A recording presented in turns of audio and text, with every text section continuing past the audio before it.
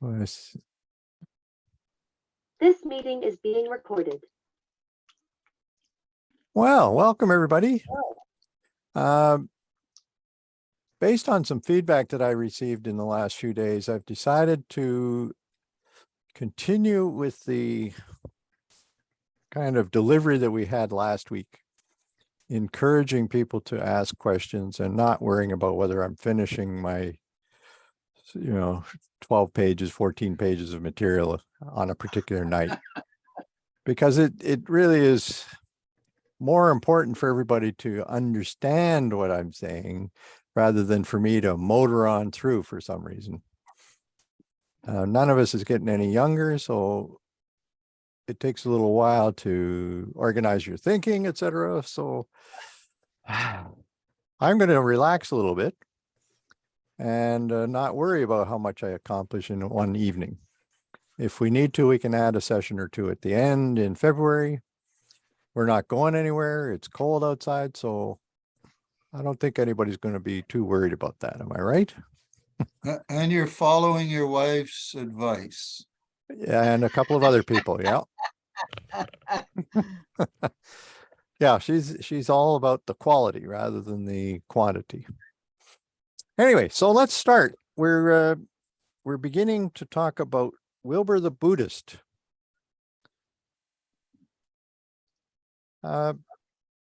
Most of the world's religions are great traditions, as they're called. Hinduism, Confucianism, Taoism, Judaism, Christianity, and Islam are between 1,000 to 3,000 years old.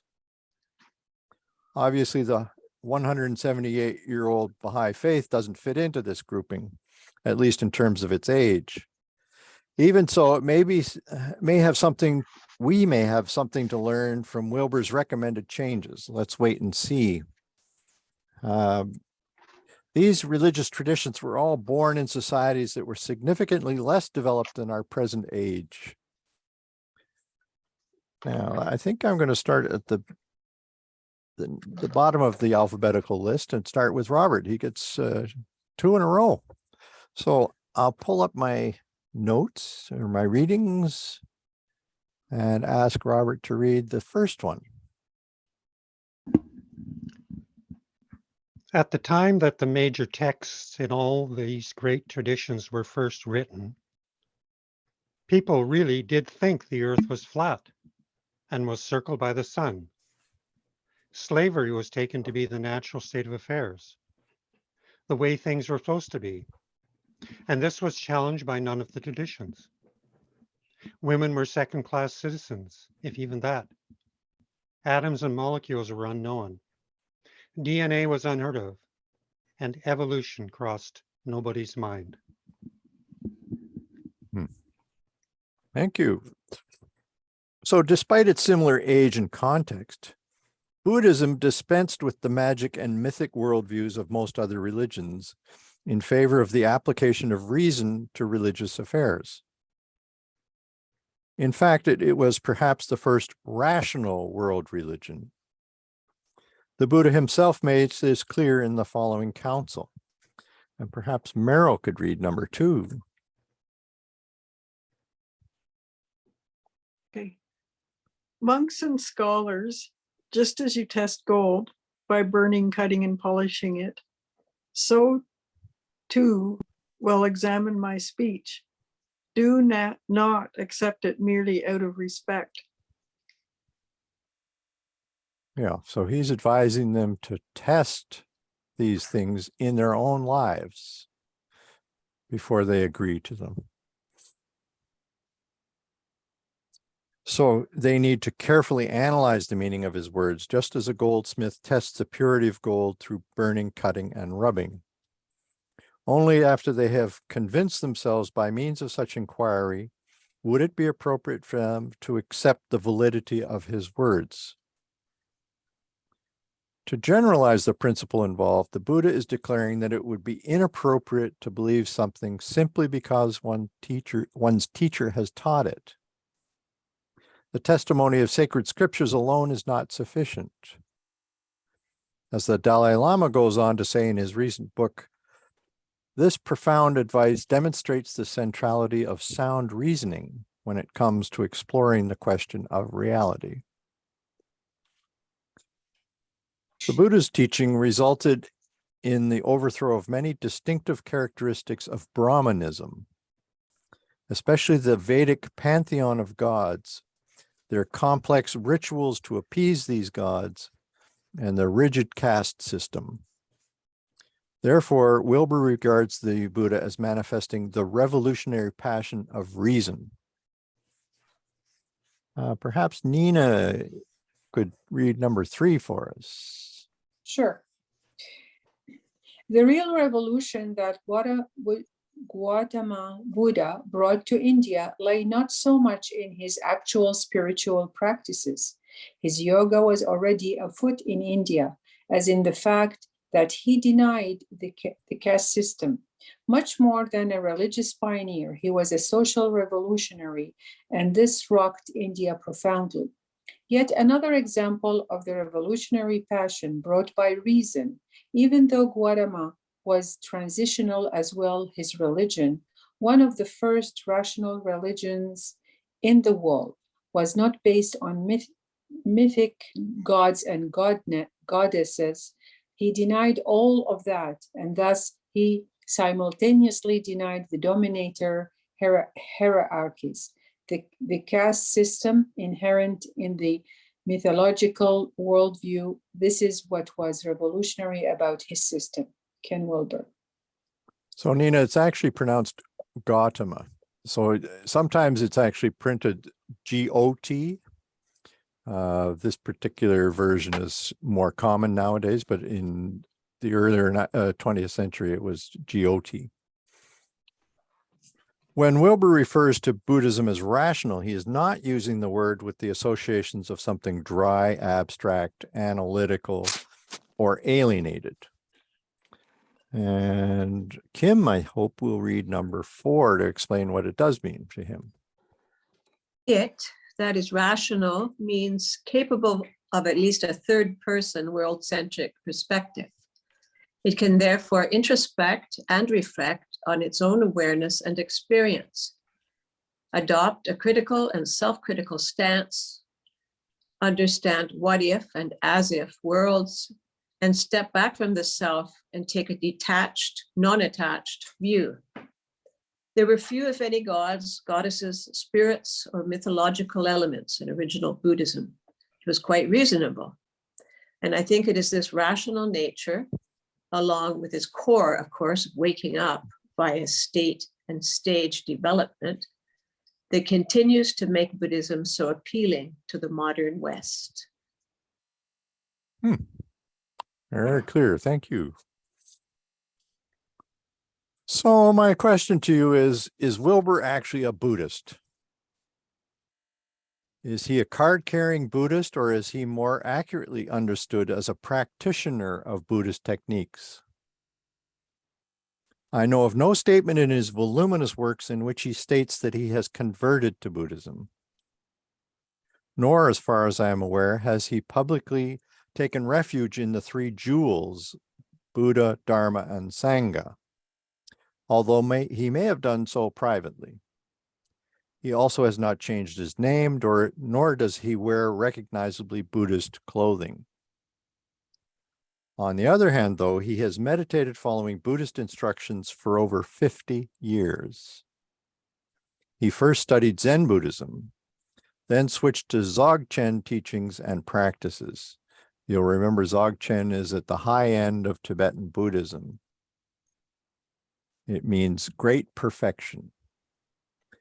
Dzogchen is also known as Ati Yoga or utmost yoga. By whichever name it is called, it is generally considered the pinnacle of Tibetan Buddhism. His teachings are focused exclusively on discovering and then living in constant conscious awareness of the ultimate ground of existence. This adoption of Buddhist techniques without formal conversion is in keeping with Buddhism's self-perception. Buddhism does not strive to add new members to its ranks. Rather, it offers the world a spiritual technology to be used in tandem with people's existing religious commitments. In the words of the Dalai Lama, Buddhism's goal is to develop inner peace and thereby help people to achieve happiness and joy.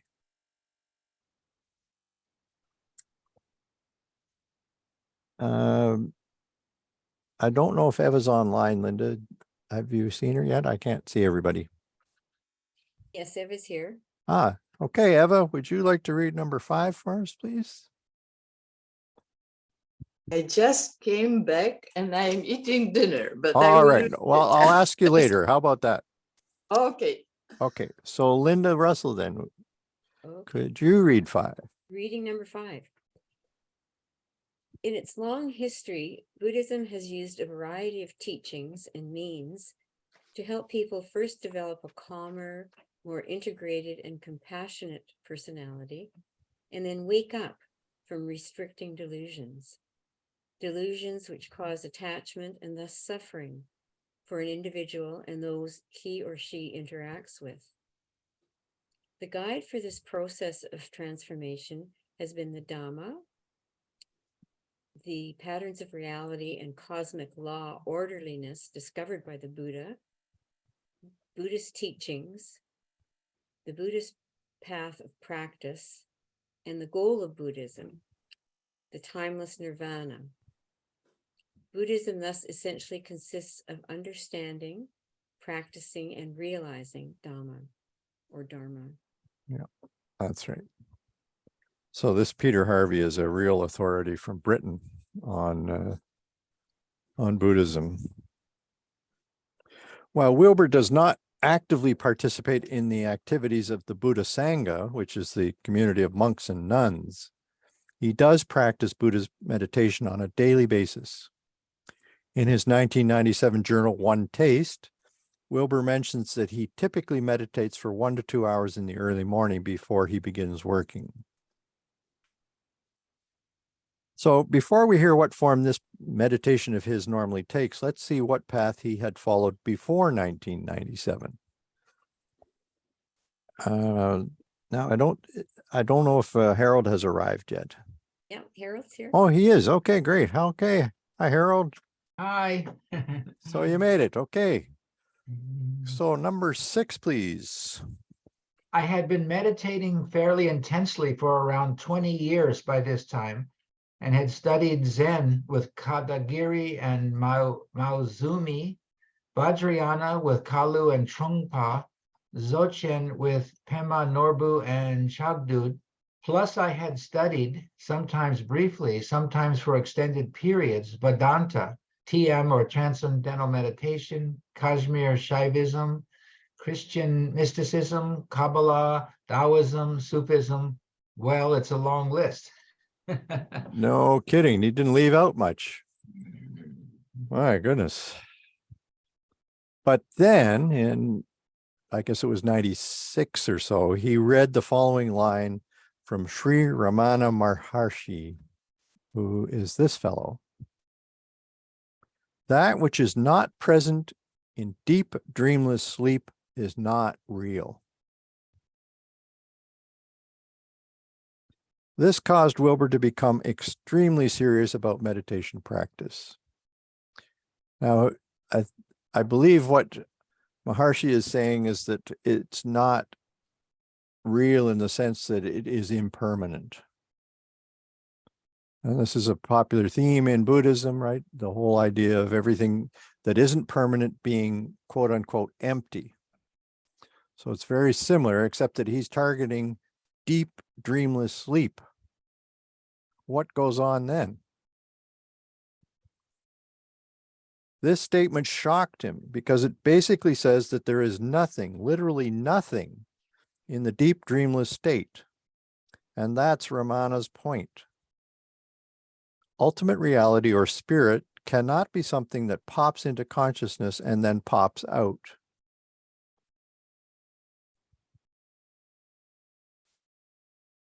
How about Jennifer for number 7? Ultimate reality must be something that is constant, permanent, or more technically, something that being timeless is fully present in every moment in time. Therefore, ultimate reality must also be fully present in deep dreamless sleep. And anything that is not present in deep dreamless sleep is not ultimate reality.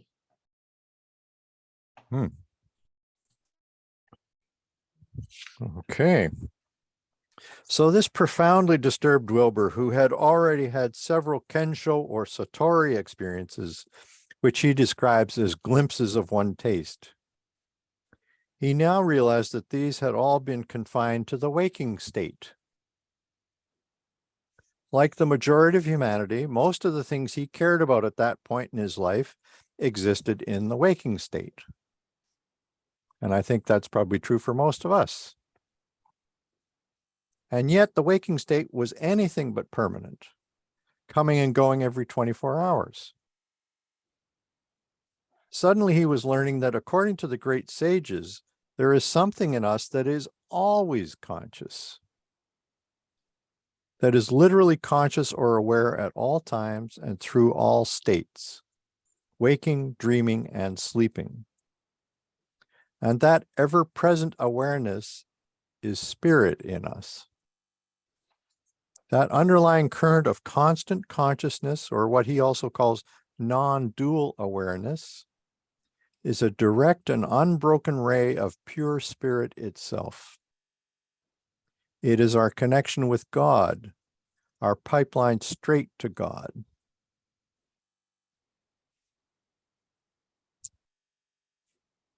Linda O'Neill, could you Mark, read? do you see that Heather has her hand up? No, I didn't see. Sorry. Okay, Heather. Yeah. Mark, I'm going to come down and see if I can get a different view for you too, so you can see everybody. Oh, all right. Well, I can. I'll play with it while Heather's talking. Okay, go ahead, Heather. Yeah. You may be in the midst of answering this. So if you are asleep and not dreaming, how can you be aware of anything? Because dreams are your awareness while you're asleep. Do you know what I mean? It's but you may be answering this in number 8. I'm not sure. That's true of our regular kind of consciousness.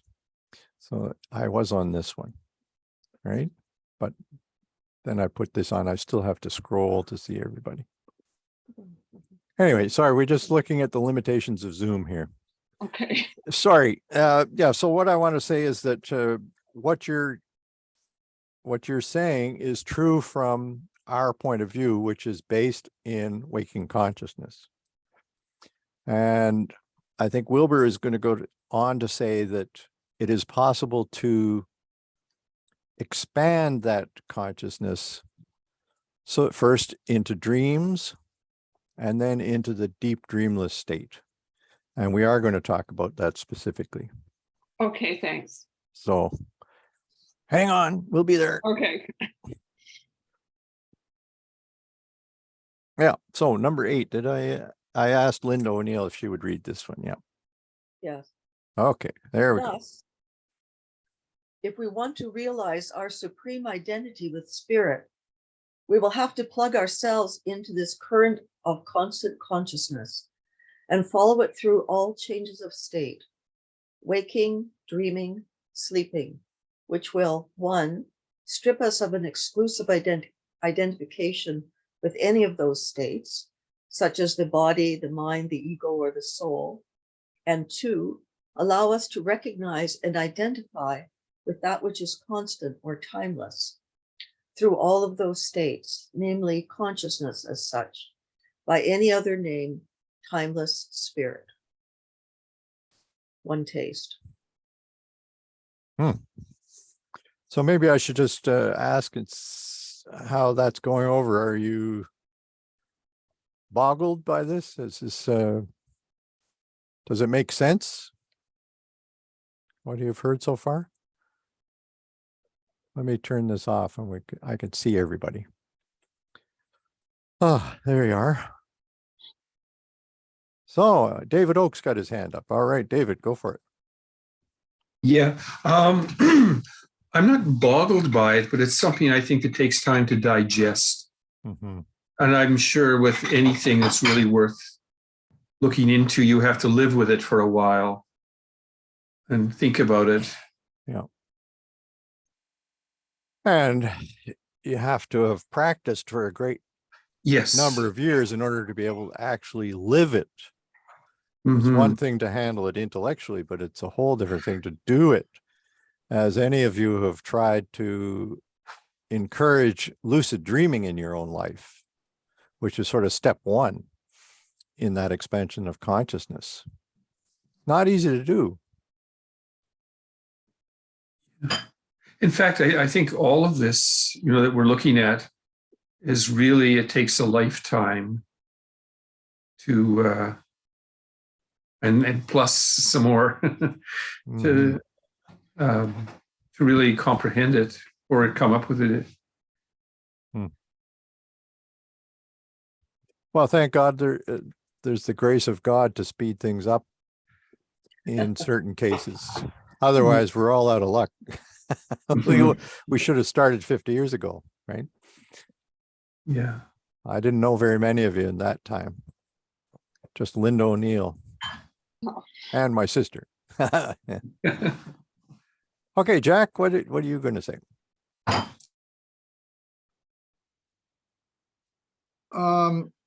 My reflection, I've got two reflections, is a little bit like Heather's. I find it strange that this higher state of consciousness occurs in the dreamless sleep, because you're asleep. And Buddha was always, he was about saying, I am awake. Right.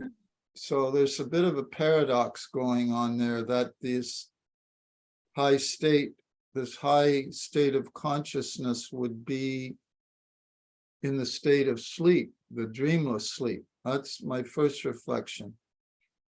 It's not entirely true to say that Buddhism got rid of devas or deities. It didn't. It reduced the number of Hindu deities by a great deal, but there are still some of them very frightful deities in Buddhism, and as it spread through the different countries, it picked up some of the local deities, and in fact, it also incorporated both Shiva and Brahma, but changed their meaning or status a little bit. So, and he was very critical of the Brahmin caste. He was obviously trying to reform the religion of his day, because he said the Brahmins were in some ways worse than dogs. At least he's reported to have said that. So like all prophets, he was very critical of the clerical caste.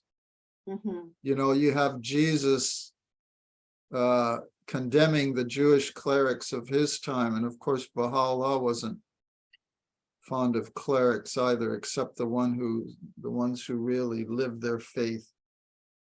He said, for the most part, my enemies are the divines of Persia. So anyway, that's just a couple of things that I wanted to invite your comment on, Mark.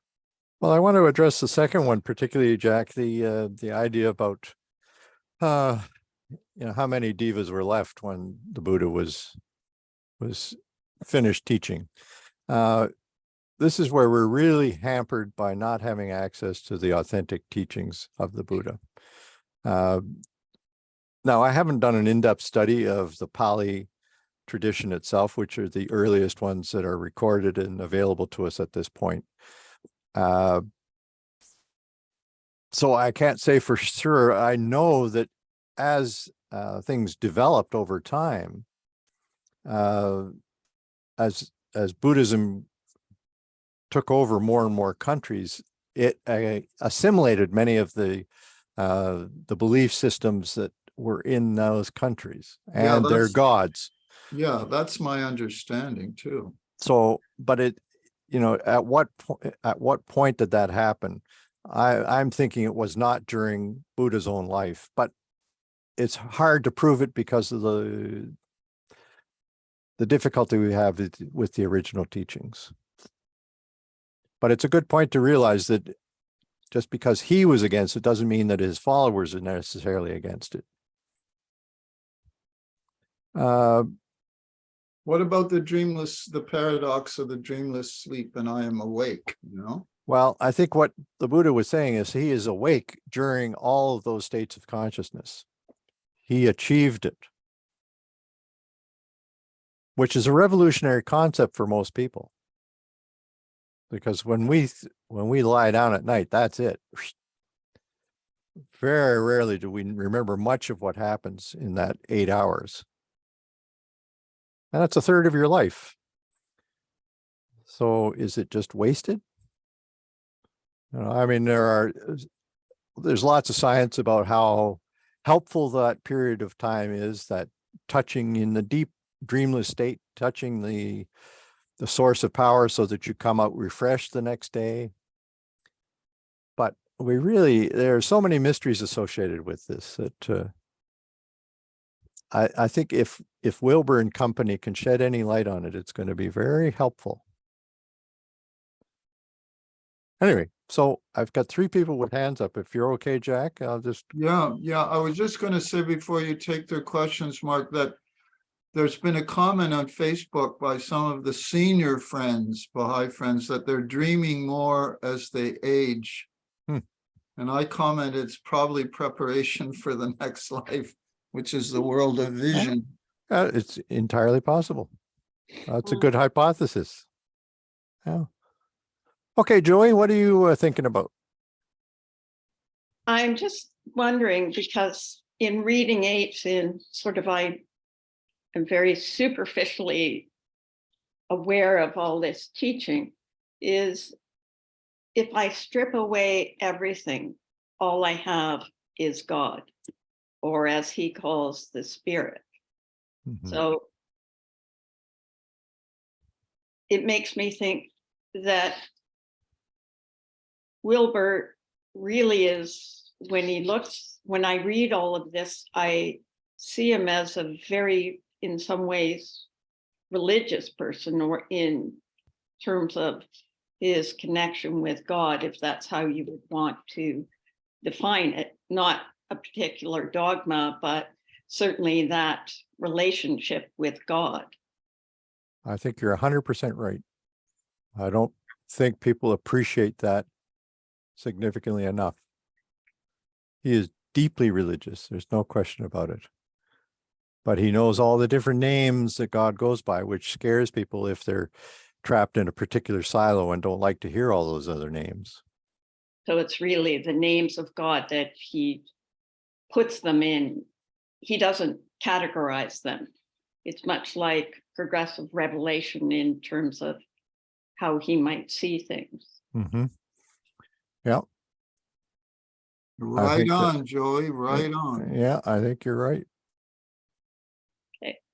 Okay. Oh, Jennifer, what are you going to say? Well, the immediate thing that came to mind was, this made me think of the phrase, I'm closer to you than your life's vein. And particularly when you were talking about how, this connected us with God, that deep part. And I've always sort of thought about that quote, that I'm closer to you than your life's vein. And that may be describing this connection. Anyway, that's what immediately came to my mind. That's the sense I have too when I read that. I mean, it's a nice symbol, the life vein, but I mean, it talks about a certain level of intimacy between God and ourselves. Most of the time, we're completely unaware of it. That and the knowledge of everything that we do. Well, yeah, think and all of that. If we have a very deep connection with God at that level that almost nobody's aware of, it's also an entrance into a connection of knowing everything. That's where paranoia comes from. Well, no, but we could be good, right? Yeah, it could be good. Yeah, that's what makes everybody nervous about facing your maker. How is he going to evaluate all those things that we've done? Oh my God. Okay, Harold. Oh yeah, I once talked to a professor of Buddhist studies at University UBC, University of British Columbia. Anyway, he was using the term believing Buddhist, and he used it several times. And I said, "What do you mean by a believing Buddhist?" And he said something like, "A believing Buddhist would say he or she is obligated to the Buddha, the historic Buddha, for giving humanity something not available anywhere else, so that part of their spiritual path is praising Buddha and feeling aligned with Buddhist Dharma." So, I translated all that to say a believing Buddhist would have a covenantal relationship with Buddha. Nice. And I would go further and say, well, that would be true of anyone who calls themselves anything religiously. If they're claiming to be a Muslim, they're in a covenantal relationship with Muhammad, who's an intermediary to God. So I would say from all this, Wilber is not a believing Buddhist. Buddhism is a subset of things he draws from.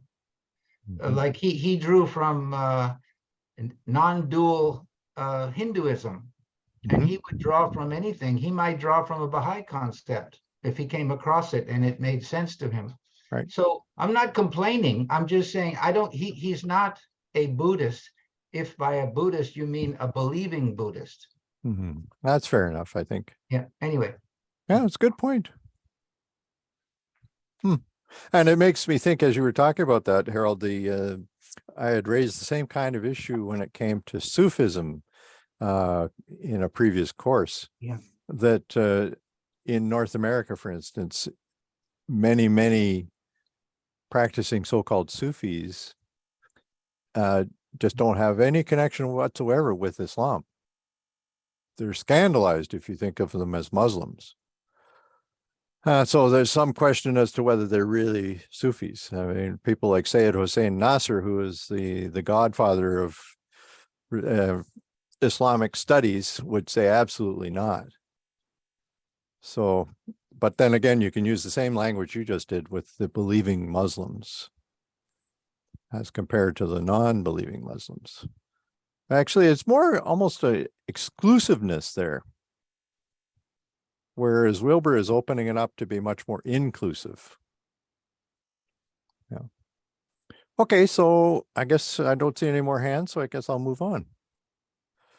Oh no, David Oak's back here. Just a quick one. Yeah. Could you also raise the issue of, let's say, religion as being a faith or religion being identity? How do you mean that, David? I'm not quite sure I follow. Very often people's religion is what they are. This is my tribe. This is my group. On the other hand, it's faith. I've accepted Christ, so I'm hooked into God. One example which I really find really abhorrent right now is how the Russian Orthodox Church is supporting this war in Ukraine, because the Russian Orthodox Church is being a symbol of Russian nationalism. And they're grossly violating any and every Christian teaching, But I'm getting carried away. But that was just sort of the two distinctions. And I think most religions, and where you run into a problem with religions, is when people say, well, this is my identity. Anyway, that's it. That's fair enough. I mean, that's one of the things that Wilber was just trying to address in reading number 8. So yeah, so he says we'll have to plug ourselves into this current of consciousness and follow it through all the changes of state, and this will strip us of an exclusive identification with any of those states. And he's specifically talking about the body, the mind, the ego, and the soul. But I think he's also referring to a clinging, if you like, to the precepts of any particular religion. Okay, Belinda.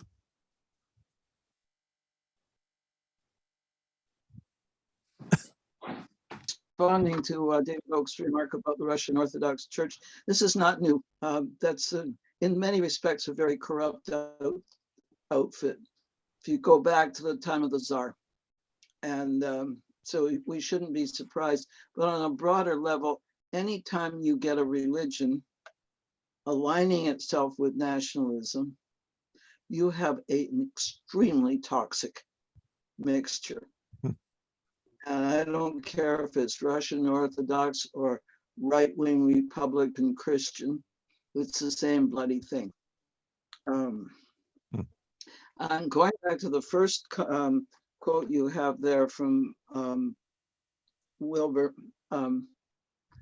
I believe, and this would be going back into the one old tradition, I believe that the Old Testament, God forbids his people to be slave owners. Of course, that was widely ignored for centuries in many instances over time. But I think that was one religion that did question the validity of slavery. Interesting. Yeah. A lot of research has been done on that topic in the last 30 years or so. I'm not up on it, but Wilber alludes to it quite a bit. So he's not just making a statement out of thin air. No. Anyway, okay, so let's slowly forge ahead, shall we? So when Wilber encountered Ramana's shocking statement, Wilber happened to be on an intensive retreat with his primary Dzogchen teacher, Chagdud Tulku Rinpoche. Rinpoche also stressed the importance of carrying the mirror mind into the dream and deep sleep states. So Wilber soon began to have flashes of this constant non-dual awareness through all states, which Rinpoche apparently validated for him. But it wasn't until a year later that these glimpses all came together. Wilber tells us that this was when his separate self seemed to radically, deeply, thoroughly die. And just as a side note, this is what we're being counseled to do in the Baha'i faith, right? In the Seven Valleys.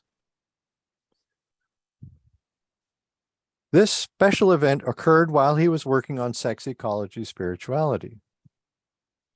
This new illumination surpassed anything he had experienced until then. He had been writing continuously for several months without seeing or speaking to anyone, when he entered a mystical state of awareness that persisted for 11 days. Here's how he described this state to Frank Visser on November the 9th, 1997.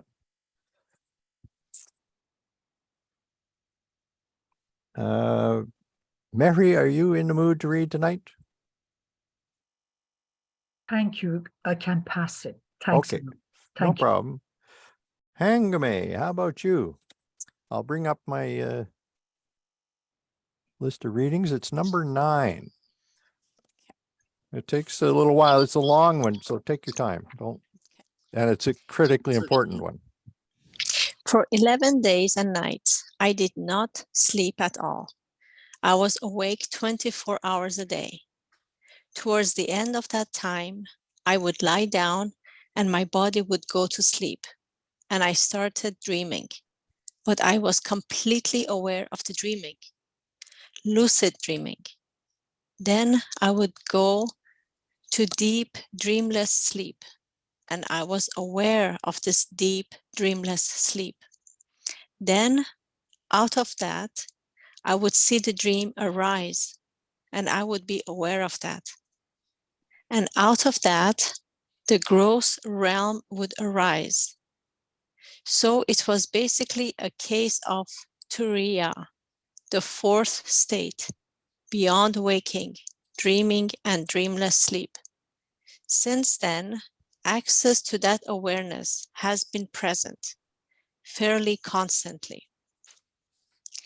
There were often glimpses of this before, but now it spontaneously became a type of constant, non-dual awareness, although there are times that it is more or less apparent, which involves dropping identification with this particular body-mind, or rather recognizing that such a non-dual state is always already present. And this one taste, Wilber's expression for unity consciousness, is very obvious. It is very straightforward, a very simple, clear, ever-present awareness described by Ramana Maharishi. It is just sahaja, spontaneous enlightenment. Personal interview with Ken Wilber and Frank Vizar. Nicely read. Thank you very much. So before we talk about it, I just want to follow it up. As he says in one taste, and Zilda, perhaps you could read number 10 and then we can talk.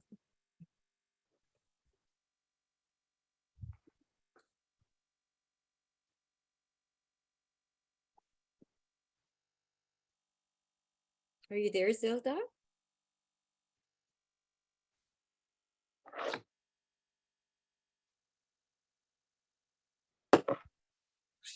No, no there. She may have left her post for a minute. Okay. Is Aruna here tonight? Yes, she is. Would you care to read that, Aruna? The writing is a bit small. Let me see, I'll put my glasses on.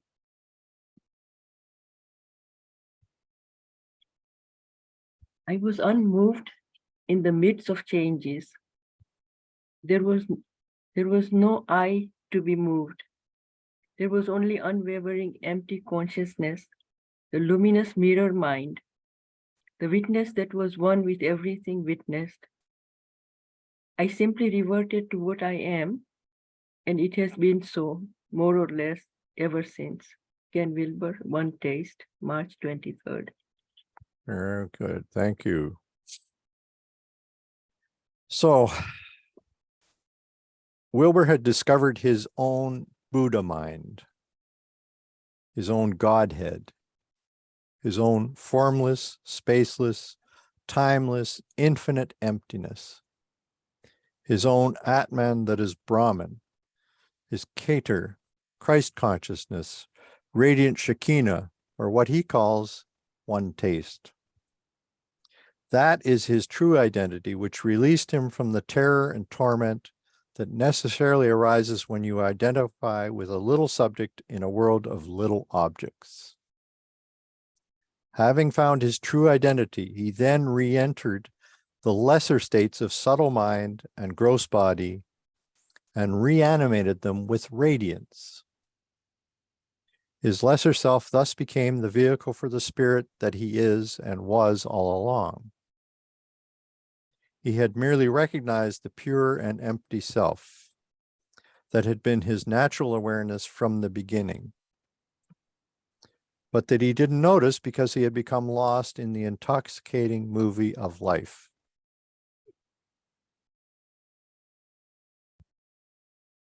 So I'm just going to stop sharing here, see how people are reacting to that passage. Sounds unbelievable, doesn't it? That somebody could have to maintain their consciousness through all those states for 11 days straight through, never falling asleep in the sense of losing your consciousness completely. I don't think he's lying. I think he's describing something that he actually went through. Okay, Jack, what's your reaction to all this? There's a parallel, Mark, to all this and the way that Shoghi Effendi translated one of the hidden words in which he refers to the placeless. In fact, he calls it the paradise of the placeless. Hmm. So I'll just read the hidden word, O offspring of dust, be not content with the ease of a passing day, and deprive not thyself of everlasting rest. Barter not the garden of eternal delight for the dust heap of a mortal world. Up from thy prison, ascend unto the glorious meads above, and from thy mortal cage wing thy flight unto the paradise of the placeless. Hmm.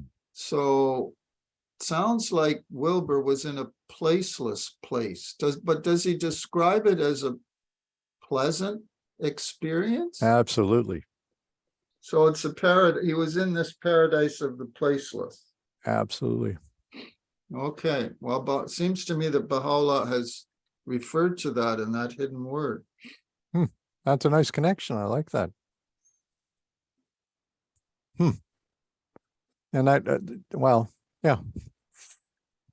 Okay. Belinda, you had your hand up and then you took it down.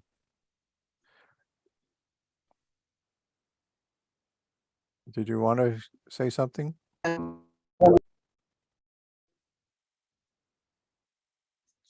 you're off again.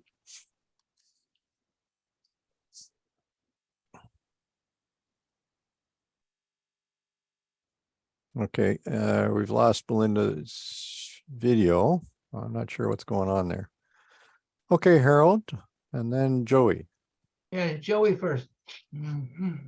Okay, Joey. I'm going to make a stretch and say, are we talking about the Valley of Utter Nothingness, or is that where we're going in terms of a comparative between? I would think so. That's my own personal sense of it. Okay. That's what I read anyway. Yeah, I think that's valid. Okay, Harold.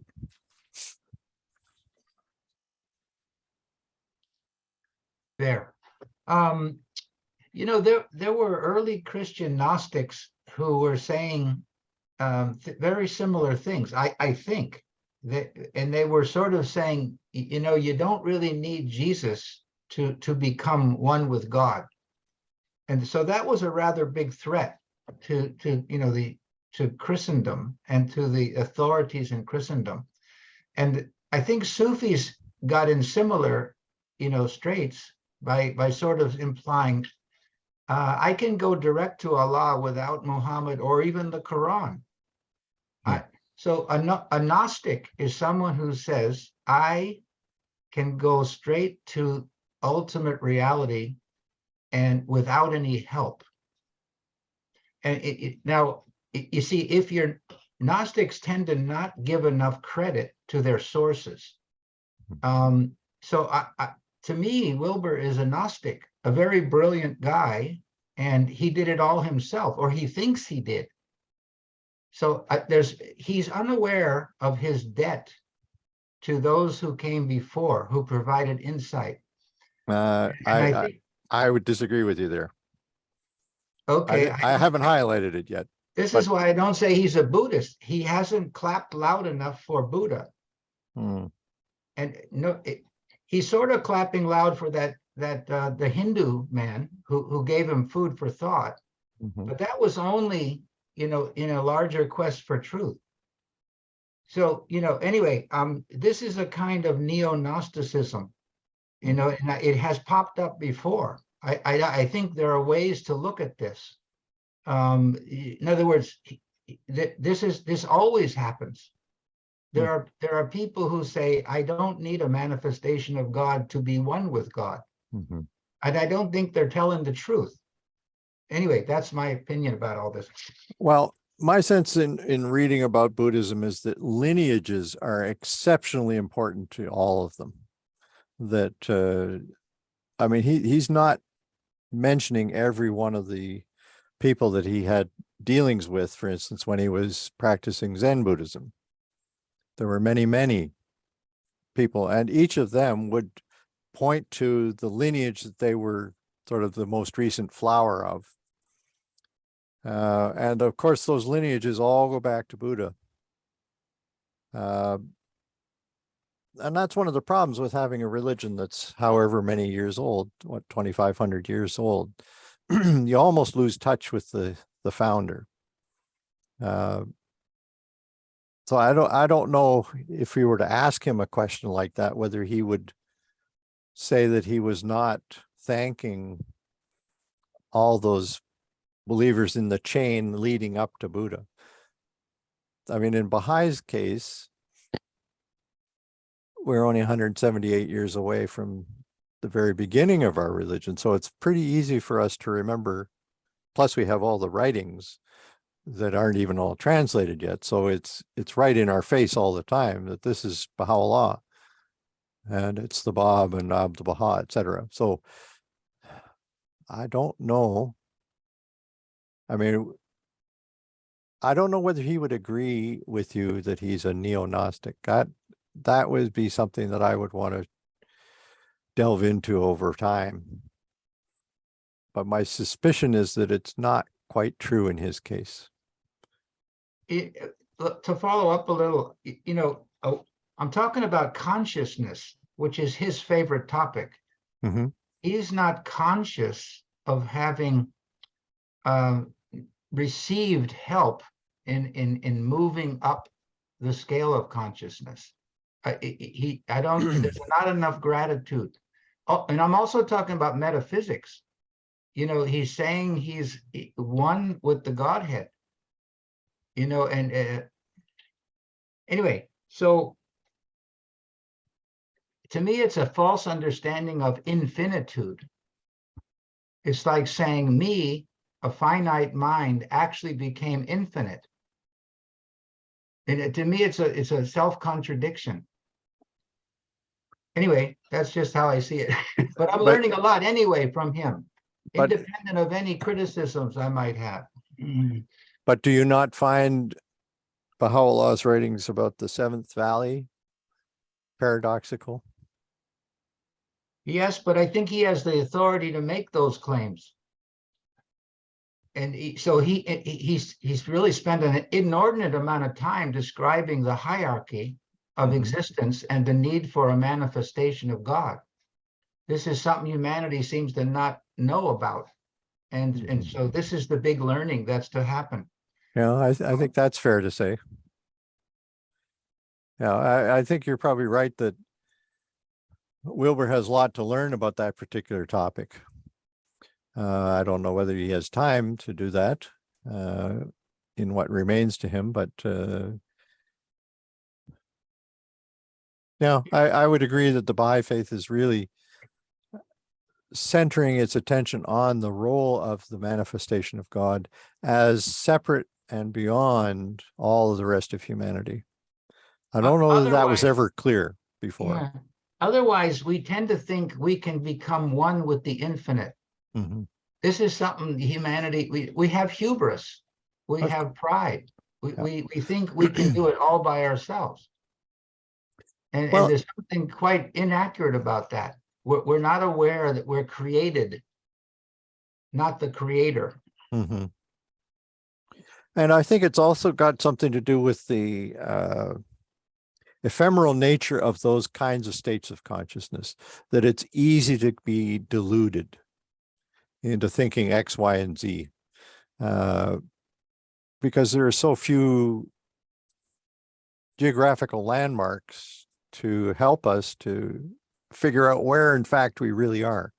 And so that's where a manifestation of God is extremely helpful, because he can point those out and help you to orient yourself and say, okay, I think I'm actually one with God, but really what I'm doing is I'm becoming closer to the manifestation of God. I don't know. Okay, David Erickson, what are you going to say?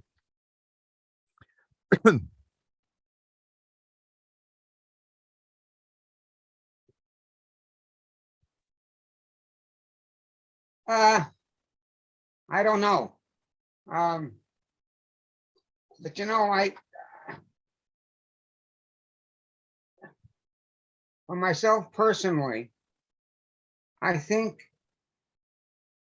it's very important to try and understand where Ken Wilber is at in terms of what he's doing. Try to understand his language, you know, and through that, his states, et cetera, et cetera, et cetera. And there's much of it that we cannot, as far as I am concerned. And, you know, I just,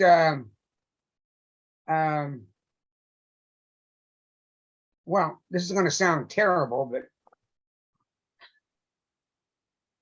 I just find that what we're all talking about is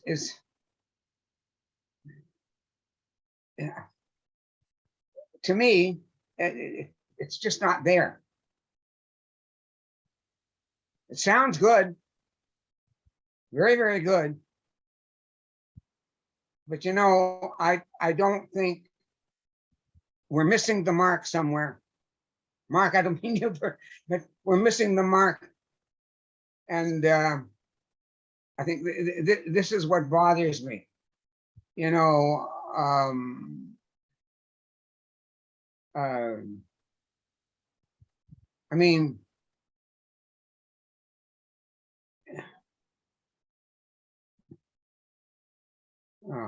there's an awful lot. There's an awful lot that we ourselves as Baha'is don't understand, as I'm sure that you know. And you know, we don't even understand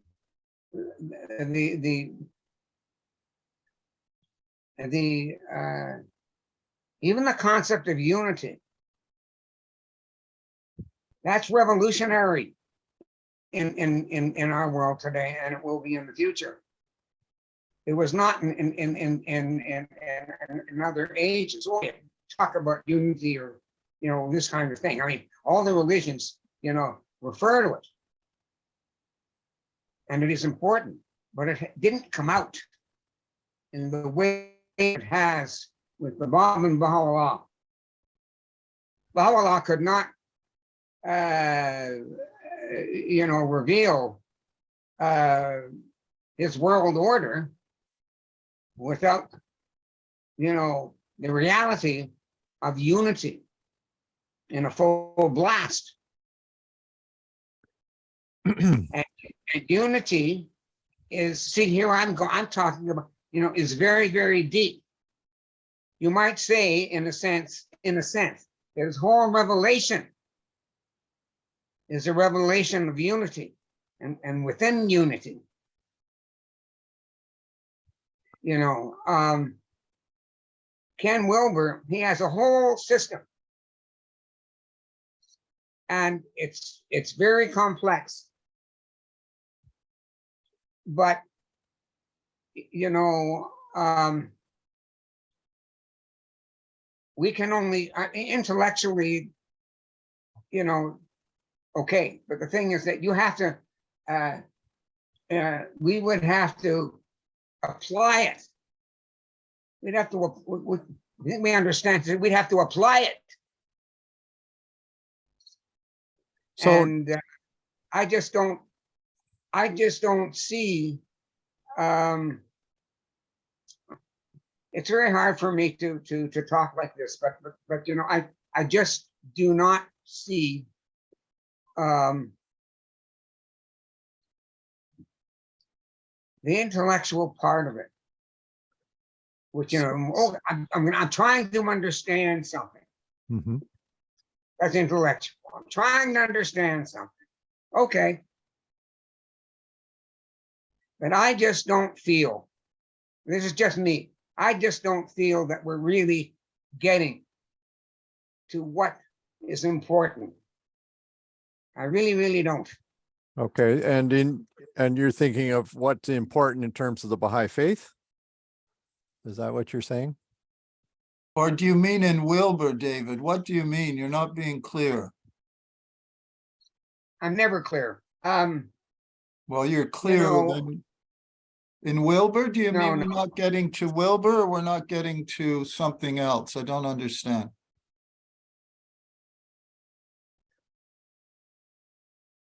Maybe I can jump in here and just see if I have a sense of what you're talking about, David. I mean, encountering a system that's as large as Wilber's and as deep and embedded in an existing world religion, you're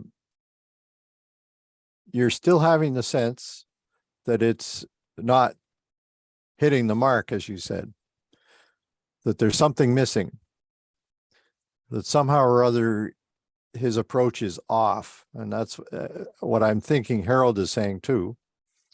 So, but if we didn't struggle to understand his system, we would never know what it is that's missing. We would never know what the Baha'i faith is bringing that the world hasn't thought of themselves. Because one of the questions deep in the back of my mind is, what in the world do I say to a really deepened Buddhist about the Baha'i faith that would turn them around, where they would feel included, but eager to start becoming a Baha'i and living that life? And we won't know that until we go head to head with some of these really important thinkers. Look, Mark, that's fine. But in my opinion, and you probably would not agree with this,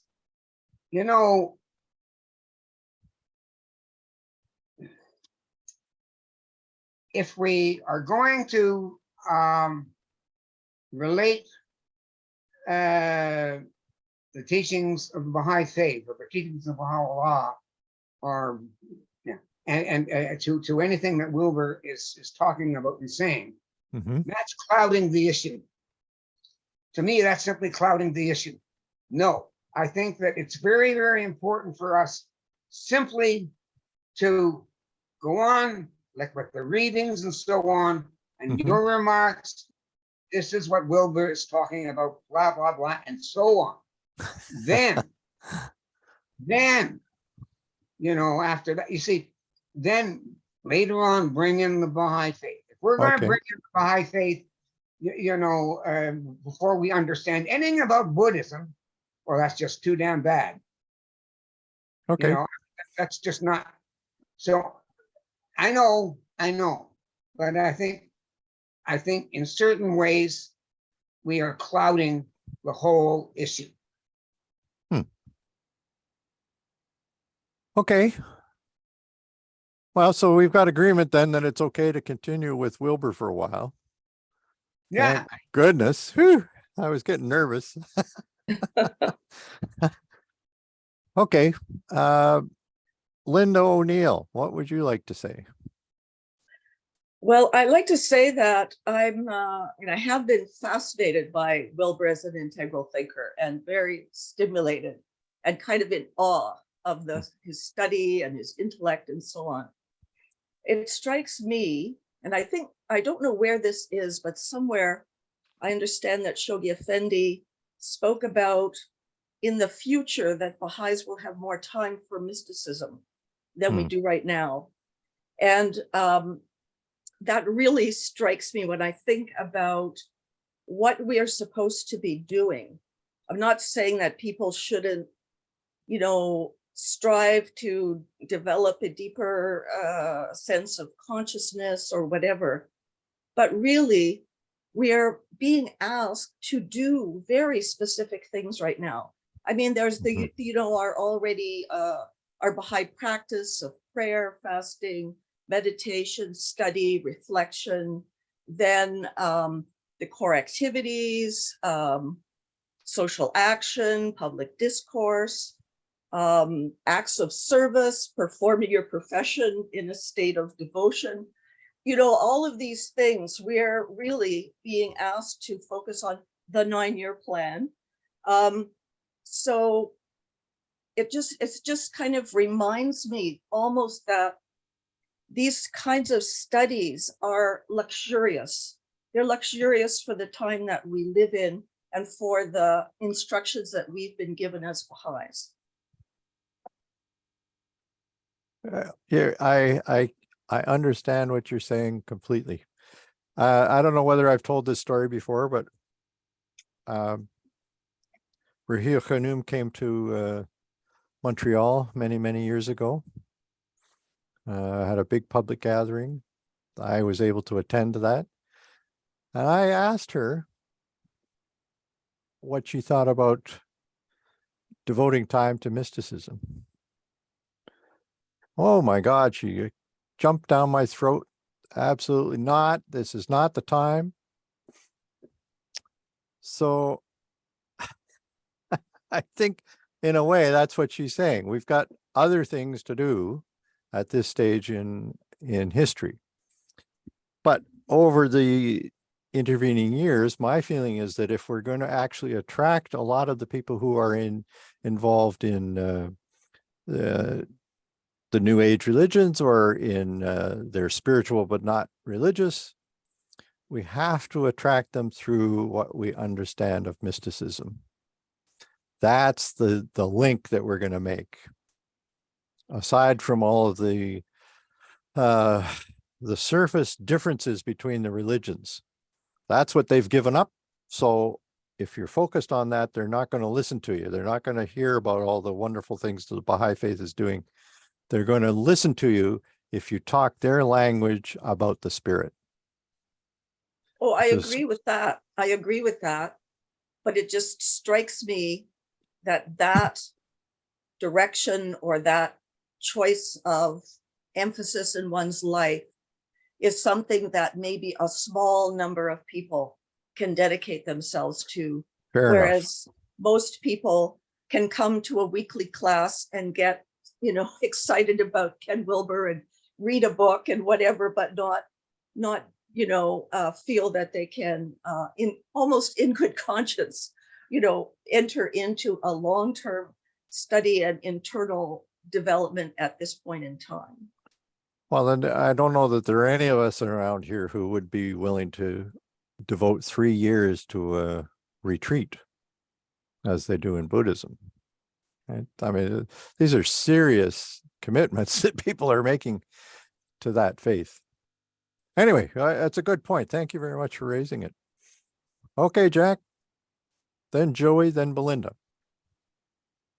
Oh, well, Mark, you're being very generous allowing all this discussion. Anyway, I want to tell Harold, or suggest to Harold, our friend and scholar, that Wilber could not be a Gnostic. And he can't be a Gnostic for the simple reason that Gnostics are dualists.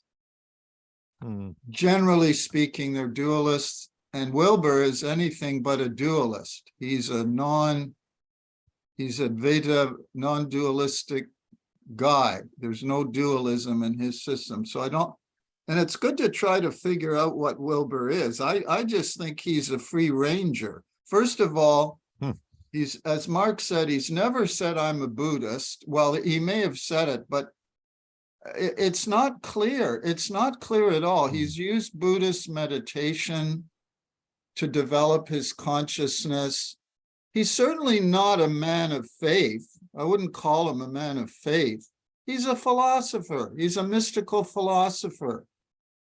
And what those guys are interested in doing is not teaching us a way of life. What he's trying to do is, well, he's synthesized tremendous synthesis he's done of all these different traditions. So he's creating his own system. That's what he's doing. He's saying, I'm Ken Wilber. I'm an integral philosopher, and this is my system. He's not teaching us a way of life. He's teaching us, which is traditionally what a religion asks us to do. It asks us to do certain things and behave in certain ways. Wilber doesn't ask us to do that. He's mapping out consciousness. And I don't think he actually tells us even how to get there. He provides a map. He found the way himself through Buddhist techniques, right? But he doesn't, he's not a guru in the sense that if you sit down with me and meditate with me, I'm going to show you how to meditate. I don't think Wilber does that with people, generally speaking, Mark. I may be wrong, but No, I made that very clear in one of my previous comments a couple of classes ago, that he is a pandit, not a guru. Yeah, And he exactly. went into detail about what that meant. Yeah, and you're making exactly those points. So writing is his thing. It's philosophy. It's not even theology, because it's not God-based as we usually understand it. And I mean, it's natural for Baha'is to compare this to the Baha'i faith, but I don't think we should do that too much, because then we're going to get into, we're going to be at cross purposes with what Wilber is trying to teach us, you know? I mean, it's natural to compare. The mind naturally compares things. And if you're a Baha'i, of course, you're going to compare everything in the world to the faith. But to some extent, you know, because we believe it's a divine revelation and that Baha'u'llah is the latest manifestation of God. So that's our standard. But I think we have to take Wilber, in this case, on his own terms to a great extent. Otherwise, we're going to get waylaid in difficulties and problems if we're going to do too many comparisons. I mean, there's positive comparisons we can make, but there's also negative comparisons we can make. Anyway, that's just a few things running through my mind. I've got three people with hands up. Let's three ladies, Joey, then Belinda, then Meryl. Okay, I'm just going to share my personal experience from the last 22 years. I don't know how long you've been doing this, Mark, but one of the first classes we did at Jennifer's was the Quran. And part of understanding that was helping me understand a different faith from the perspective of that faith, so that if I was going to have a meaningful conversation, I could have a meaningful conversation with someone who was Muslim. And I would know something about their book and their religion. And that was part of the core activities back then. And it's still, you know, it's being emphasized now about having meaningful conversations. And you can't really have a meaningful conversation with anyone unless you know something about their beliefs. What Wilber is giving me, although I don't understand a lot of it, is background to Buddhism, to Hinduism, and to a variety of other aspects of people who are going to speak to me, which allows me then to enter into conversations with them. So I guess I'm pushing back and saying, you know, this is part of what Baha'is are being asked to do today in order to bring them forward into our own Baha'i activities. It all relates to one word, correlation, right? We're supposed to correlate our teachings with where the world is at in our particular time. And that's one of the things I like about Wilber, is he gives us a really clear, broad picture of what the world is thinking at the moment. on huge number of topics. Yeah. So it's a great way to come up to speed, with issues that you're going to face. Anyway, Meryl. I think you sort of said what I was trying to say in a better way than I would have said it, but Give it a try anyway. Come on. Basically, I think that he's not trying to create his own system. He's trying to understand things by bringing things together in a way that they can come together. That's one. And then B,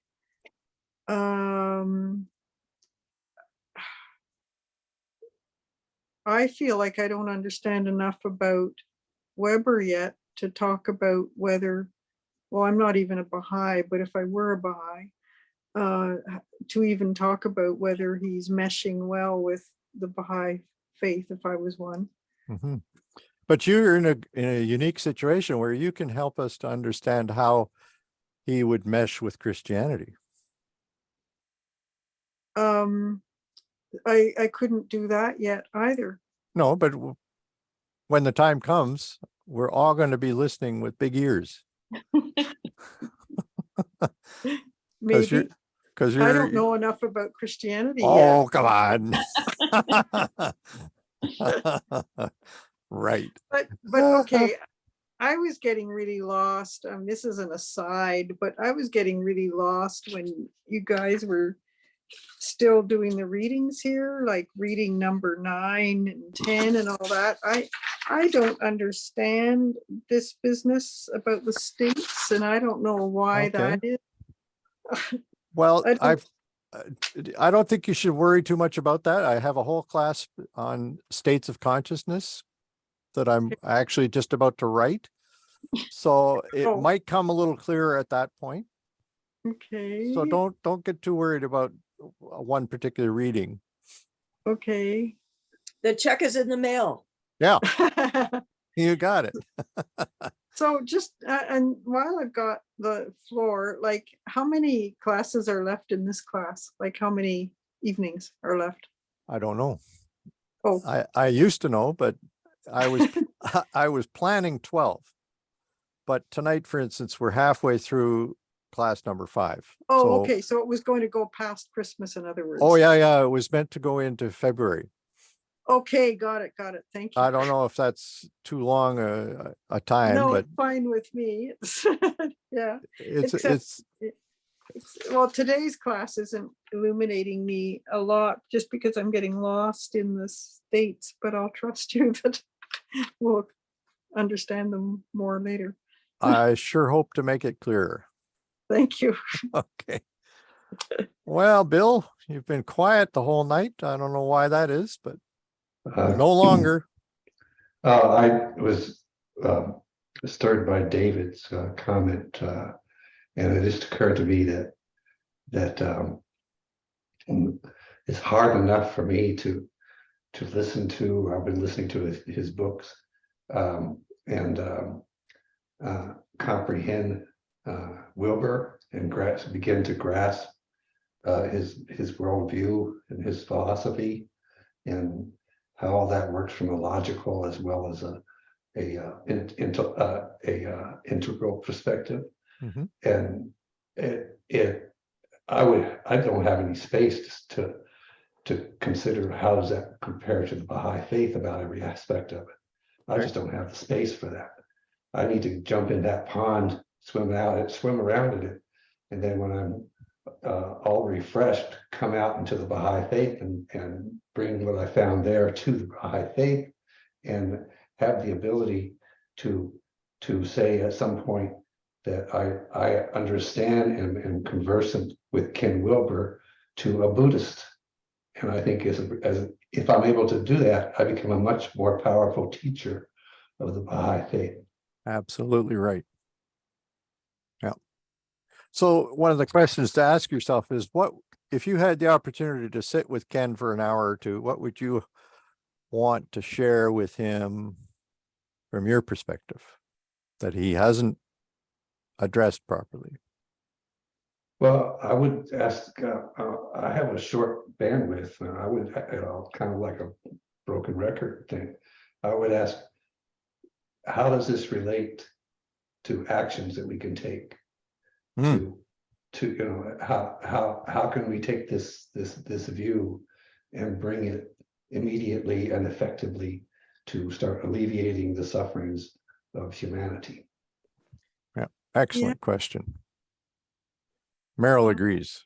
And I I'm can- trying to raise my hand again, because like, as far as I understand it, he's giving a perspective that might enable humankind to understand each other better. Because before he came along, we have people trying to compare apples with oranges. Yep. But he's doing all this, helping us to find out how to actually dialogue with each other, like by the mapping and all that you've gone through before. Yeah.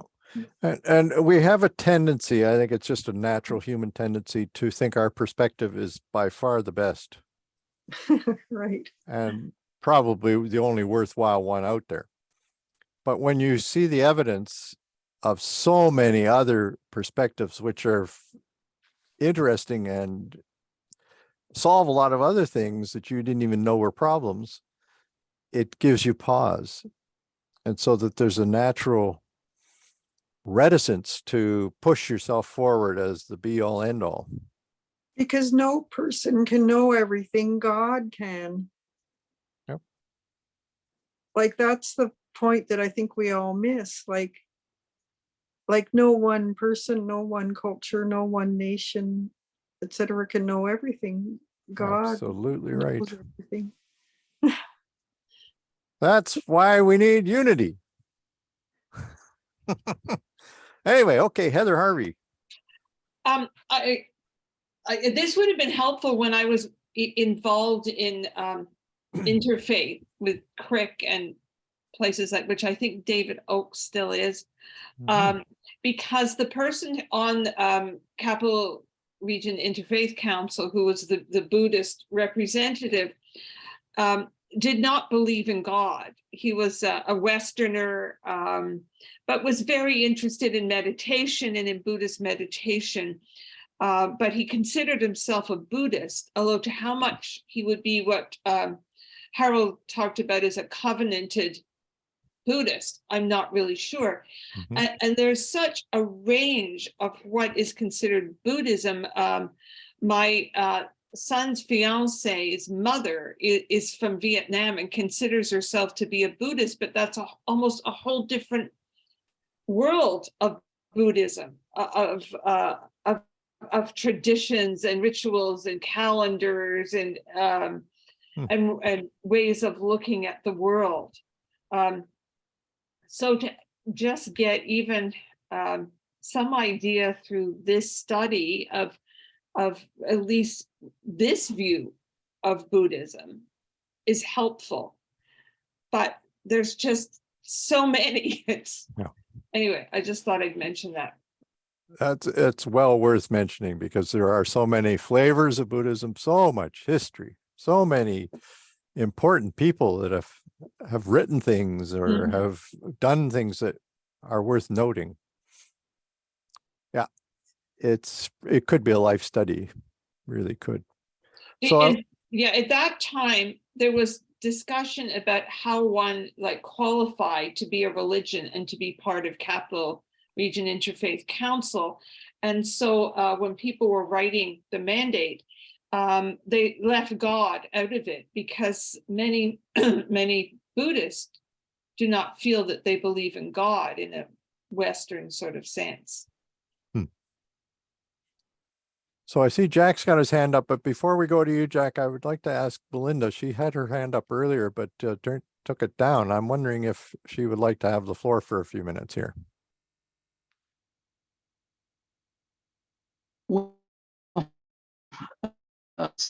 So many things have been brought up. I think I'll go back to something I thought of a while ago. you don't know to look for something if you don't know that something exists. Okay. Often. And one of the things that the manifestations of God, and in particular now I'll reference Buddha and the Hindu folk, or the yoga folk, not the Hindus as such, is they tell us there is such a thing as a state where, as a high state, and they define it maybe a little differently. But let's go with Wilber's description, a high state of, how did he put it here? Consciousness. That is alive and working when you're in your deepest sleep or when you are wide awake and walking around in the world. Baha'u'llah also tells us there is a high state to be reached.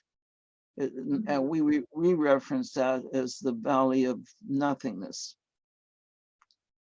And if you don't know such thing exists, you don't make an effort to go there or to find out about it. But if you do know such a thing exists, you may not understand it.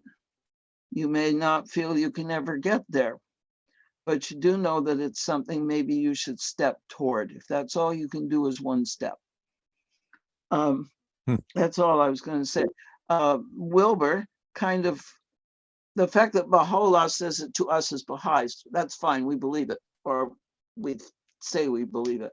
That somebody independently says there is such a thing as a high state of constant consciousness, shall we say. That kind of confirms, oh, Baha'u'llah says so, and this guy's experienced something like it. So it's there. It's real. And it has some reality. Maybe it's never going to be experientially real to me, but it's there. So that's all I wanted to say, is that's what we owe Baha'u'llah. That's what we owe every manifestation of God and every human being who's made the effort. Now, whether that's Rumi or I can't remember half the names anymore, or somebody else who tells us these things exist and that they've had some experience of it, that you might call that encouragement. That's enough. Oh, that was great. Thank you so much for that. Yeah. Really helps a lot. Okay, Jack. Okay. You got a tough act to follow here. Oh, I'm not. I didn't know I was on stage. I just oh, sorry, Belinda. Go ahead. Belinda. Go ahead, Belinda. When David talks about unity, Oh, you're fading in and out. Yeah, we're having I trouble just with wanted to say, when David talks about unity, that's another one. A high. Oop, you just muted yourself.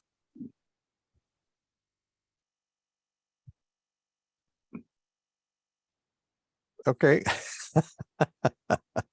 You didn't know you muted yourself, Belinda? Okay. Okay, go ahead, Jack.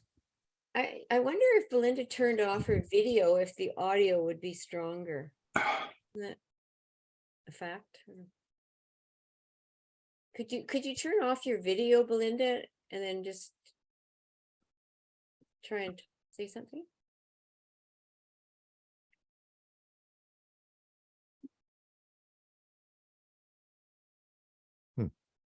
No.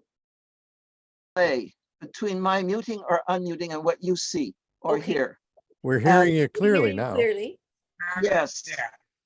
And I'm going to just mute myself and I'm done. I'm going to be listening for the rest of the evening. Okay. All right. We're almost done anyway, and Jack has probably got the last comment or question. Oh, okay. You know, when you look at the title of Wilber's book, which Mark was so kind to He's been so generous with me over the years, and so has Linda. The Religion of Tomorrow, a vision for the future of the great traditions. So the title of that book tells you something. He's trying to build bridges between the different world religions.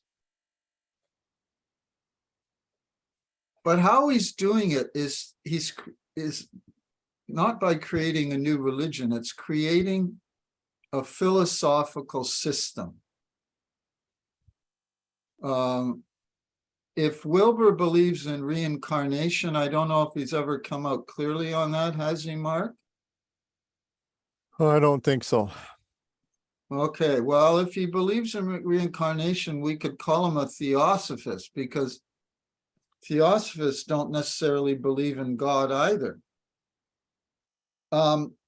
So, you know, what he's doing, as I said before, he's offering his own system, and it's a philosophical system. He's not telling us what we have to do to save the world. That's not what he's doing. And we can be sure that God is working through Wilber in God's own way, you know.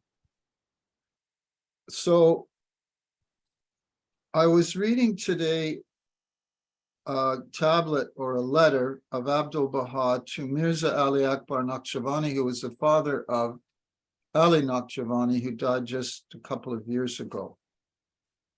And he was talking about teaching Tolstoy the Baha'i faith. It's very interesting what he says. I'll quote Abdul Baha here. It would be difficult, however, for Tolstoy to accept this cause, for his aspiration is to be the unique and peerless figure of the age amongst men. In view of this prepossession and determination on his part, it would be most difficult for him to recognize the advent of a universal manifestation from the dayspring of divine unity during his days. Rest thou assured, however, that ere long thousands like unto Count Tolstoy will be gathered beneath the shadow of the banner of the one true God. So, you know, we can wonder, like I've often wondered why one of my mentors, Houston Smith, and who wrote The Religions of Mankind originally, which was a bestseller, and these scholars who like Wilber teach the perennial philosophy that there is an ancient wisdom that runs through all of these religions, like a great stream or a common core, you know? Why didn't they all become Baha'is if they were so enlightened? I'm not criticizing them. I'm saying I've asked myself the question, because all that they're teaching is found in the Baha'i faith. But of course, there's so much more that they would be asking of them, were they to become Baha'is? Mm-hmm. So, you know, my view on this is that we take Wilber at his own terms. We can compare him with the Baha'i faith to the extent that we wish to. And, you know, he's obviously, although he's not a man of faith, I mean, look at the dedication that he's had in pursuing the spiritual path that he's on. Like, how many of us would have had this discipline and this tenacity to do all that he's done, you know? Mm-hmm. So anyway, there's just a few thoughts. My thought is that people like Houston Smith and Ken Wilber and others who come to the same conclusions about certain things that Baha'u'llah came to over 170 years ago, they're doing their own thing. And I don't think these people are meant to become Baha'is, because that's our job. For those of us who have accepted the faith, that's our job. They're doing something else. Our paths converge to some extent, but they've got their own work cut out for them. And this is the challenge for us. Is our vision world embracing enough to include them and what they're offering? That's really the question, I think. But just to come back to your point, Jack, about the perennialists, I've had the same query in my head for years and years and years. And one of the things I've come up with that helps a little bit is that these guys seem to have the impression that there was a golden age in the past, that they, through their studies, are bringing forward to humanity for the first time in its glory. They're always looking in the rearview mirror, whereas people like Wilber are looking forward. And that's what's so appealing to him, to a Baha'i, because we're all about the future, right? So that's the big distinction, I think, between these rear-facing thinkers. I mean, they did detect a lot of the features of a universal religion. There's no question about it. Theosophy does the same thing. But they're always casting an eye backwards to how great it was. And wouldn't it be wonderful if we could be like that again to some extent? Anyway, so David, yours is the last comment. And we're already 11 minutes over time. So let's make it short, if you can. Well, I will. I just want to make one comment. Okay. And I've seen these two things before in relation to Wilber, and that is wake up and grow up. Yep. That's in many ways what his whole perception of things, what it's all about. Wake up and grow up. You're anticipating where I'm going. That is a central theme that we're going to be exploring in probably about lesson 9 or 10. Okay.